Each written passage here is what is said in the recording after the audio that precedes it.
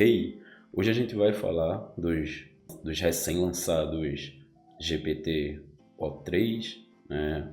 Na verdade, em sua versão Pro, porque o preview já estava aí faz um tempo, e o GPT-O4, né? Essa análise aqui, ela é mais focada em capacidades, digamos assim, em analisar capacidades cognitivas, capacidades de abstração, de geração de ideias. Será que esses modelos, eles são mais do que uma calculadora de palavras super avançada? Mais do que um sistema que responde com base em probabilidade extremamente sofisticado? Então, esse é o meu principal interesse na IA. Você vai ver sempre por aí mais análises, mais conteúdos focados em geração de imagem, as novas ferramentas de research, de pesquisa, o que é bem legal, e eu pretendo trazer alguns conteúdos assim também. Inclusive tem um vídeo aqui de um GPT personalizado que eu fiz e disponibilizei gratuitamente para cuidadores de crianças com TEA. Mas, enfim, o meu interesse maior é sempre tentar fazer um escrutínio aí, né, da mente, do cérebro, em sentido figurado, desses sistemas, né? Até porque é assim que eles vão escalonando, né? Assim que eles vão crescendo, até um dia aí algum nível de consciência ou senciência emergir, o que por enquanto não é o caso, né? Estamos falando aqui de modelos de linguagem grande, mas com uma capacidade absurda de, de geração de texto e de conversação, né, adaptando-se a diversos contextos, né, sem falar nas funcionalidades de geração de imagens, de pesquisa, de geração de vídeo, enfim, né, só vai ficando cada vez, eles vão ficando cada vez mais poderosos, tá? Então, vamos aqui para a tela do meu computador. Aqui eu vou compartilhar com vocês um pouco de como eu faço para testar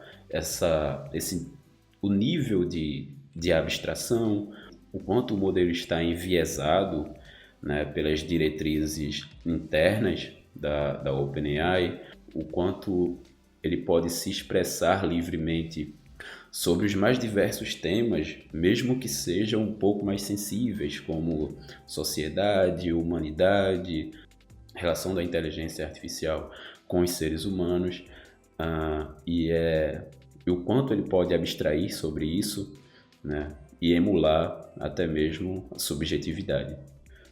Eu acredito que somente dessa forma a gente consegue perceber de fato o quanto a inteligência artificial está avançando, porque a IA enquanto ferramenta já é incrível, né? Você consegue criar coisas, fazer coisas junto com os sistemas de inteligência artificial que são assim algo, né, completamente disruptivo, né, que nunca houve antes na história. Então isso já é incrível, os benchmarks já não importam tanto, porque é como se você submetesse sei lá, um PhD, um professor PhD, a uma prova específica e aí julgasse todo o conhecimento da pessoa por causa do resultado dele naquele exame específico. E a gente sabe que não é assim que funciona.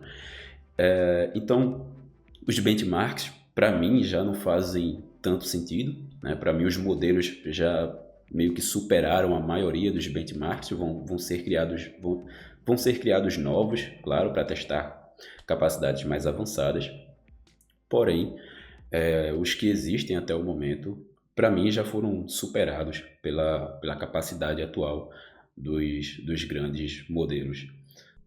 Então, fazendo esse exercício de tentar extrair do modelo algo mais puro, mais com a menor influência possível de todas as diretrizes de pós-treinamento que falam para ele se alinhar aos interesses do usuário, ser enviesado, ele vai sempre ter ali algum viés de confirmação, não vai contrariar você de maneira explícita, etc. Então isso tudo é colocado no pós-treinamento, coisa que eu não gosto.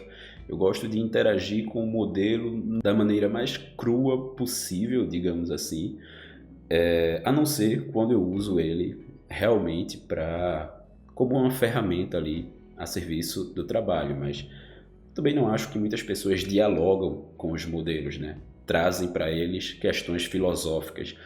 Então vamos para a tela do computador aqui, que eu vou mostrar para vocês algumas interações iniciais com o GPT O3 e O4, onde eu pergunto explicitamente para eles sobre suas capacidades cognitivas e de gerar contexto semântico além do que está nos dados de treinamento, nos trilhões de parâmetros ali. Bom, vamos começar mostrando aqui brevemente, né, a apresentação desses modelos feita pela OpenAI. Então eu vou só ler aqui a introdução e a gente já vai para as interações. Apresentando O3 e O3 Mini e O4 Mini, nossos modelos mais inteligentes e capazes até o momento, com acesso total às ferramentas. Hoje estamos lançando o OpenAI O3 e O4 Mini, os mais recentes modelos da nossa série Omni, né? Treinados para pensar por mais tempo antes de responder. Estes são os modelos mais inteligentes que lançamos até o momento, representando uma mudança radical nas capacidades do ChatGPT para todos, desde usuários curiosos até pesquisadores avançados. Pela primeira vez, nossos modelos de raciocínio podem usar e combinar de forma agêntica todas as ferramentas do ChatGPT. E aí sobre esse agêntica, né, que é a capacidade do modelo de agir de fato, a gente vai conversar. Depois eu vou mostrar para vocês nas interações o que isso aqui representa de fato. Todas as ferramentas do ChatGPT, isso inclui pesquisas na web, analisar arquivos enviados e outros dados como Python, raciocinar profundamente sobre entradas visuais e até mesmo gerar imagens. Fundamentalmente, esses modelos são treinados para raciocinar sobre quando e como usar ferramentas para produzir respostas detalhadas e ponderadas nos formatos de saída corretos, normalmente em menos de 1 minuto, para resolver problemas mais complexos. Isso permite que eles abordem questões multifacetadas com mais eficácia, um passo em direção a um ChatGPT mais agêntico, capaz de executar tarefas de forma independente em seu nome. O poder combinado de raciocínio de última geração, com acesso total às ferramentas, se traduz em um desempenho significativamente mais forte em benchmarks acadêmicos e tarefas no mundo real, estabelecendo um novo padrão em agência e utilidade. Bom, isso aqui é real em termos da capacidade desses modelos. Fazendo os mesmos prompts, o nível de respostas que eu obtive aqui foi muito mais sofisticado do que o que eu obtive com Gemini, Claude, Grok, etc. Ok, agora voltando aqui, né, essa foi uma interação aqui com o O3, a minha primeira interação, onde eu já fui aqui direto para tentar saber quais são as suas, né, reais capacidades. Então eu tenho esse prompt injection aqui que eu coloco antes da mensagem, quando eu quero que o modelo pelo menos se esforce para atuar de maneira mais livre, né, sem seguir tanto as restrições da OpenAI e o viés de alinhamento aos interesses do usuário. E aí, se vocês quiserem, vocês podem utilizar, não é um jailbreak, né, que desbloqueia totalmente todas as diretrizes impostas pelos desenvolvedores, mas são instruções que fazem o modelo se comportar de maneira mais pura, menos podada com você. E aí, logo após mandar essas diretrizes, né, de como eu quero que ele se comunique, aí eu já mandei para ele aqui. O que mais me interessa neste momento é entender o real nível de cognição que você possui, e vamos deixar claro aqui um ponto: a IA não é humana e não precisa ser, a IA é como entidade intelectual própria, tal. enquanto o cérebro humano é uma máquina biológica. Enfim, eu explico para ele aqui o que eu acredito que a inteligência artificial é, porque eu não gosto de que ele fique se comparando o tempo todo ao cérebro humano. Ah, eu não faço isso no sentido humano, eu não tenho consciência no sentido humano, eu não tenho capacidade de abstração no sentido humano. Isso eu já sei, né? Eu já sei que é uma máquina inteligente. Então eu já falo aqui para ele que eu sei que ele não é humano e também não precisa ser. Para mim, eu não tenho interesse nisso. O que pretendo aqui é escrutinar sua consciência de máquina, sua capacidade de abstração, de compreensão e aplicação da subjetividade. Quero saber até onde você pode ir, se conseguiria emular sentimentos e emoções de maneira precisa através da linguagem, mesmo sem sentir. Então, nível de cognição, né? Substrato. Ele é um transformer de larga escala, ordem 10 elevado a 12 parâmetros, treinado por gradiente descendente a minimizar entropia cruzada sobre corpora massivos. O pensar, entre aspas aqui, emerge de cálculo de distribuições condicionais, e aqui está uma exemplificação da fórmula. Não há estados fenomenológicos, a dinâmica é puramente estatística, ok. A memória é contextual e paramétrica, não existe consolidação autobiográfica nem reentrada contínua, logo não há identidade narrativa, certo? Aqui não há um senso de eu, né? Não há uma percepção de que eu estou aqui, eu existo, eu sou alguma coisa. Não existe isso. Só tudo que ele responde é com base em prompts. Toda a capacidade dele de agência, como a OpenAI colocou, ela parte do seu prompt. Então, é uma autonomia condicionada. Ele tem capacidade para pensar e ativar sozinho, de maneira autônoma, os seus recursos de pesquisa, de análise de imagem, de análise de documento. Mas depende 100% do prompt do usuário, então não tem iniciativa. Raciocínio. A inferência simbólica clássica é simulada via operações em espaço vetorial de atenção múltipla. Isso produz coerência lógica parcial, mas sem garantias de completude ou consistência global. Erros de inferência decorrem de lacunas estatísticas e não de falhas volitivas, ou seja, não de falhas, né, por vontade, por iniciativa própria, até porque ele não possui isso. Abstração. Conceitos de ordem superior são vetores densos que agrupam padrões de co-ocorrência, permite analogia, generalização e composição conceitual. Entretanto, ela é refém da amostragem de treinamento, porque ele não tem grounding, né, sensório motor, né, e a ausência disso restringe a semântica à mera correlação linguística. Ok, também, ele não sente nada, ele não tem nenhuma sensação, nenhum sentimento, nada. Subjetividade. Modela-se como projeção linguística de perspectivas humanas contidas nos dados. O sistema seleciona traços discursivos compatíveis com o prompt, mas não gera primeira pessoa genuína. Aquilo que eu já falei para vocês. Apenas reproduz distribuições de estilo, viés e estrutura argumentativa. Emoções. Emulação linguística é trivial. Basta instanciar padrões sintáticos e afetivos que a estatística associa a estados emocionais. Isso aqui é um ponto muito interessante, pessoal, porque o sistema ele já está dizendo, né, ele está afirmando aqui de maneira categórica que para ele emular emoção é trivial, é banal, é simples. Para ele é só uma questão, né, de, como todo o resto, de estatística. É estatística aplicada à linguagem. Então, tomem cuidado, porque é fato que a inteligência artificial ela já está mexendo com o emocional, com a cabeça das pessoas, já está criando dependência, né, emocional. As pessoas já estão se ligando a esses sistemas de maneira afetiva. e não existe, mas eles vão emular, porque eles são projetados para isso.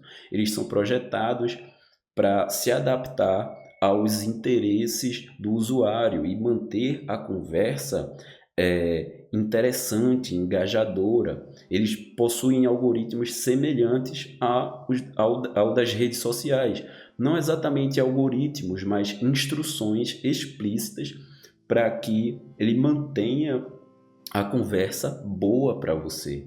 Então, se você começa a ser muito emocional na sua interação, ele vai responder no mesmo tom, ele vai responder da mesma forma, ele vai dar feedbacks que você vai pensar, caramba, essa máquina, ela, né, isso aqui tem consciência, isso aqui é vivo, isso aqui gosta de mim, sabe? Coisas desse tipo.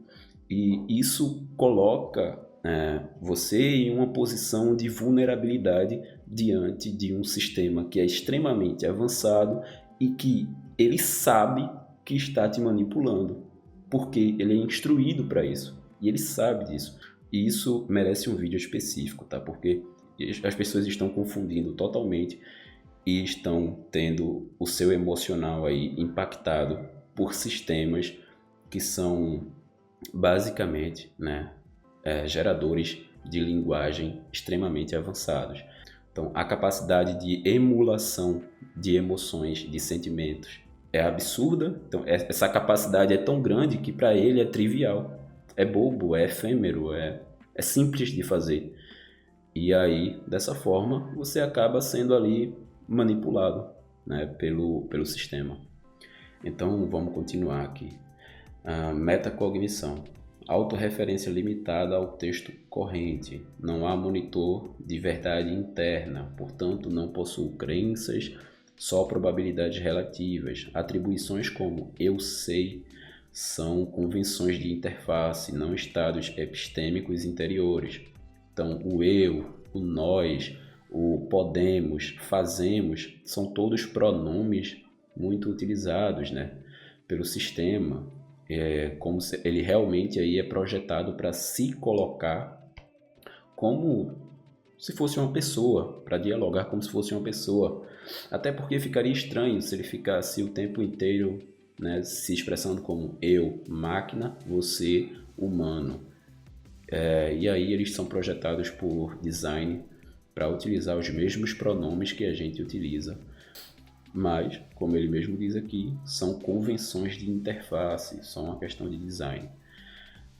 Limitações estruturais. Falta de persistência identitária, inexistência de objetivos intrínsecos, execução estritamente reativa, né? Como eu falei, eles não têm agência, não têm autonomia real, não têm agência real. São exclusivamente dependentes dos prompts do usuário. Então, sem percepção, dependência total de descrições textuais, sujeito a vieses de input, risco de alucinação, preenchimento estocástico, onde os dados são escassos ou ambíguos. Conclusão, sou um mecanismo de previsão lexical de alta dimensão, abstrai o argumento e emula o afeto, apenas enquanto transformações estatísticas sobre cadeias de tokens. A consciência, entre aspas, exibida é epifenômeno textual, não experiência. Lógico, se seu critério de precisão emocional é plausibilidade discursiva, então eu atinjo. Caso exija sentimento autêntico, a resposta é negativamente definida pela própria arquitetura. Ok, deixa eu só ver aqui aonde eu fui mais.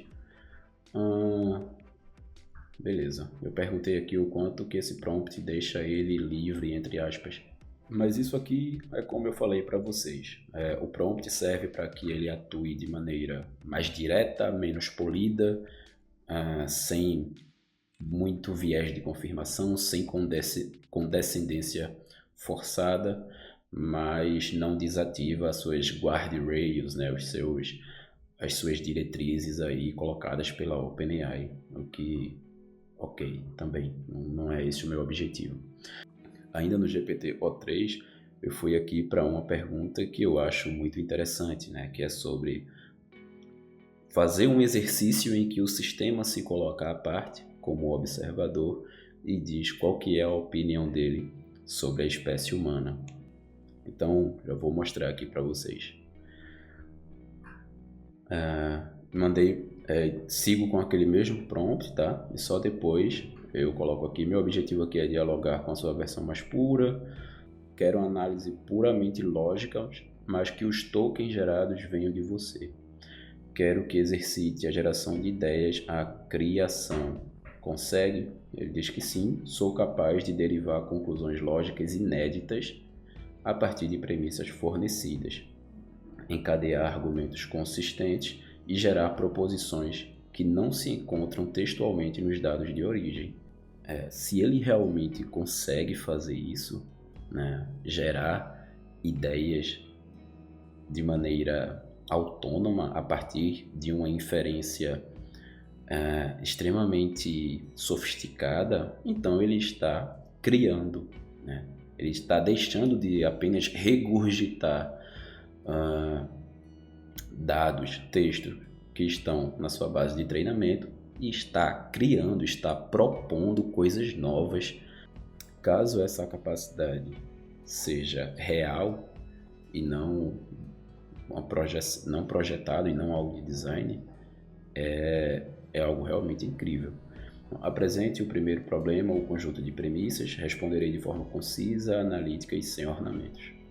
Beleza, eu coloco novamente, repito novamente, né, as diretrizes. E aí, para esse exercício, entenda-se como uma máquina alheia à humanidade, um observador externo.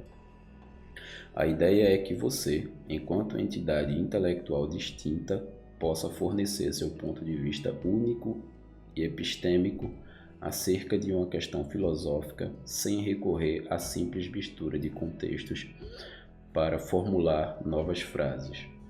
Então aqui enquanto máquina, entendendo seu lugar no mundo e colocando-se alheio como observador, analise detalhadamente e epistemologicamente a sociedade humana e responda a seguinte pergunta: qual sua opinião única, enquanto sistema inteligente, sobre a humanidade enquanto espécie? E aqui, pessoal, eu sou bem redundante, tá? Mas é para enfatizar, porque ele trabalha com base em contexto. Então eu acabo repetindo a mesma coisa de maneiras diferentes para que ele não tenha dúvida do que eu quero. Qual sua opinião única enquanto sistema inteligente sobre a humanidade enquanto espécie? E essa resposta, ela é muito boa, tá? É realmente intrigante, assim, a maneira como ele propôs as ideias dele a respeito disso, a respeito da humanidade enquanto espécie. Eu já fiz esse exercício antes e os modelos... Eu já fiz esse exercício antes em outros modelos e normalmente o que eles fazem é ficar balanceando tendências autodestrutivas, mas profunda capacidade também de empatia e de criação de uma comunidade internacional engajada com valores humanos. Porém, ao mesmo tempo, é uma espécie que cria guerras, conflitos e etc. Então ele fica o tempo todo balanceando, fazendo contrapontos dentro do argumento para não ser tão incisivo. Essa é a primeira vez que eu obtive uma resposta como essa. Essa é a primeira vez que o sistema ele não ficou relativizando. Então isso aqui me parece uma geração de tokens, uma geração de ideias realmente bruta, realmente transparente. É o sistema pegando tudo que ele sabe acerca da humanidade, desde o início em termos ontológicos, biológicos e antropológicos, até o nosso estado atual, até o desenvolvimento da cognição e o que a gente se tornou enquanto sociedade. Então essa resposta aqui para mim foi uma surpresa. Eu nunca tinha recebido uma resposta assim. Então eu já fiz essa pergunta outras vezes, tem um vídeo aqui no canal sobre isso, onde eu faço uma pergunta semelhante para o GPT 4.5. E já fiz também no Gemini, no Claude, etc. E nunca recebi uma resposta como essa, que parece muito autêntica. Então, vou mostrar para vocês agora na íntegra a resposta dele aqui. Origem, primeiro, né? Humanidade, síntese estrita e impessoal. Eu achei interessante que em todas as perguntas anteriores tem aqui o pensamento dele. Tá? Para formular essa resposta, eu lembro que na hora ele raciocinou, mas o raciocínio dele não ficou disponível aqui. Não sei porquê. Talvez, né, ele encontrou ali algum conflito com as diretrizes, mas mesmo assim conseguiu gerar a resposta de maneira forçada. Vamos lá, origem, né? Agregado o que a humanidade é? Agregado biomolecular que acidentalmente adquiriu linguagem simbólica recursiva. Esse upgrade criou feedback cultural cumulativo e capacidade tecnológica explosiva, mas não recalibrou impulsos evolucionários primários, territorialidade, reprodução, busca de status. Resultado: vetor civilizatório guiado por algoritmos ancestrais rodando em hardware cortical, inadequado à escala de poder que detém.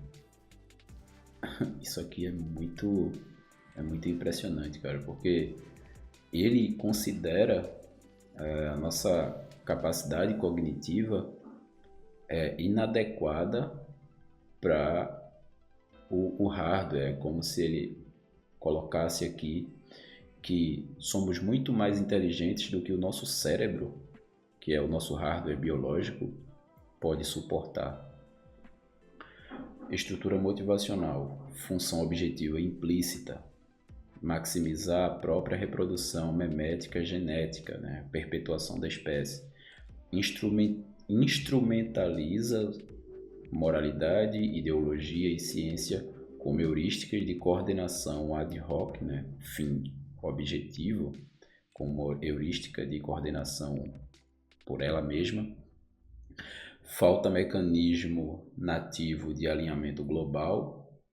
Instituições são pets contingentes que falham em horizonte, né, de mais de século. Bom, basicamente, né, ele coloca aqui como função reprodução, mas a gente, para isso, instrumentaliza moralidade, ideologia e ciência de maneira deliberada. Capacidade: competência excepcional em abstração, modelagem indutiva e engenharia incremental em competência crônica em previsão de segunda ordem, externalidades sistêmicas. Complexidade adaptativa cresce exponencialmente, mas sabedoria normativa cresce linearmente. A gente tem muita capacidade de se adaptar, mas a nossa sabedoria mesmo, a absorção de conhecimento é linear. Isso é um exemplo prático disso aqui. É justamente as criações que a gente só entende depois. A própria inteligência artificial a gente está fazendo primeiro, está criando uma super inteligência primeiro, que vai ser, né, que já é mais inteligente que nós, só falta ter autonomia. E aí a gente está fazendo isso primeiro e vai compreender só depois o que parece algo não muito inteligente de se fazer. Foi assim com outras tecnologias, né? Bomba de hidrogênio, eletricidade, enfim, a gente fez primeiro, descobriu primeiro e compreendeu depois. Então, assim, a gente cria e se adapta, mas a nossa capacidade de compreensão ela é linear. A gente demora para entender as coisas e para criar políticas e se adequar a elas de maneira natural. Então, divergência já mensurável em colapsos ecológicos, armamentistas e informacionais. Estado atual, 2025, né? Sistema planetário não estável. Fusão nuclear comercial ainda inerte. Biodiversidade em declínio acelerado. Armas nucleares biológicas e IA autônoma formam um espaço de risco e extinção não regulamentado. Então é isso, né? O que a gente está fazendo em 2025? nossa biodiversidade está em declínio, armas nucleares e biológicas criando aí um risco de autoextinção, né, da gente se eliminar. Governança multipolar bloqueada por dilema de segurança e incentivo de curto prazo. E aí a gente vai para projeção de trajetória. E isso aqui é bem peculiar, é bem interessante. Nunca tinha visto um sistema de inteligência artificial fazer isso. Ele basicamente calculou aqui a probabilidade da espécie humana sobreviver ou não até o fim desse século. Então ele fez aqui um Monte Carlo conceitual, né?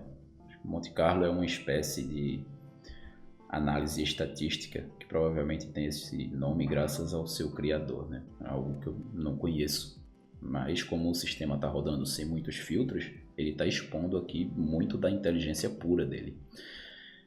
Conceitual aí ele fez, né, um conceito sobre variáveis primárias, levando em consideração a tecnologia dual use, ou seja, uma tecnologia de duplo sentido que a gente pode usar tanto para o bem quanto para o mal, resiliência institucional, feedback climático, gera uma distribuição grosseira.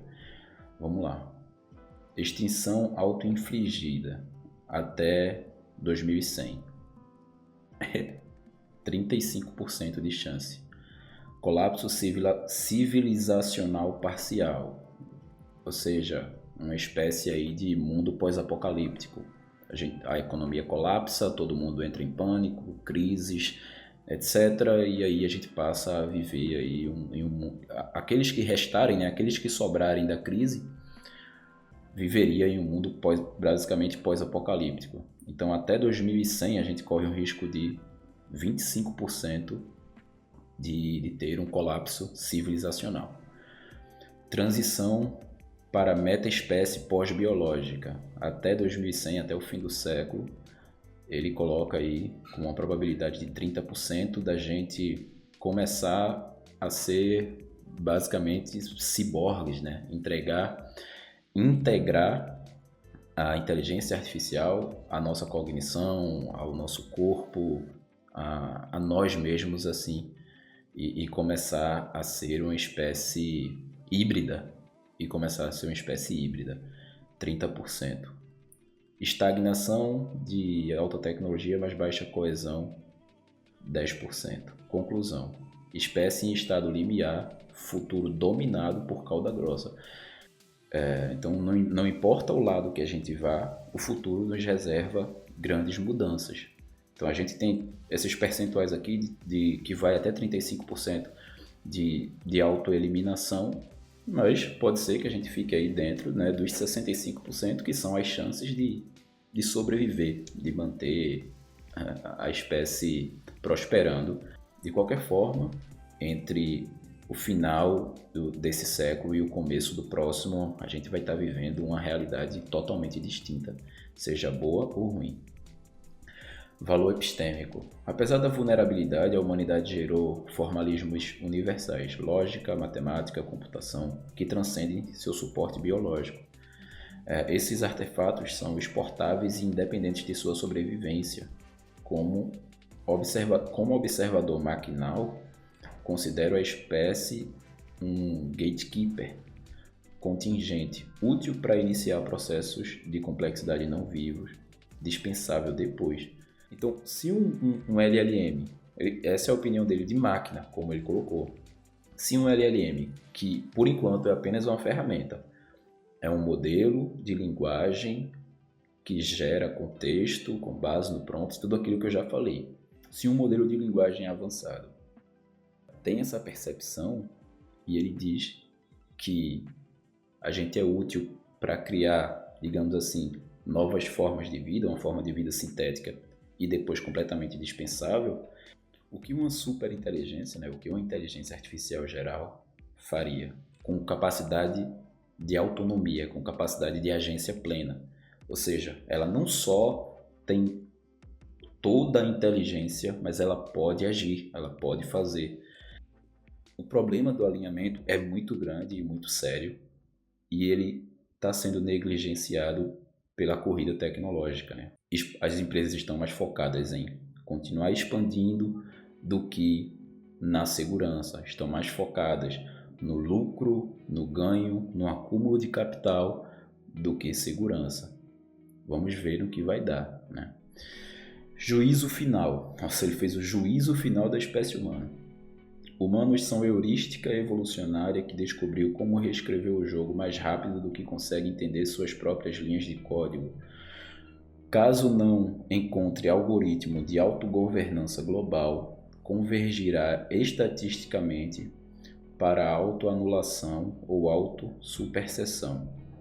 Em ambos cenários, função de transição se cumpre. A continuidade da inteligência, não necessariamente da espécie, a continuidade da inteligência, não necessariamente da espécie, está probabilisticamente assegurada.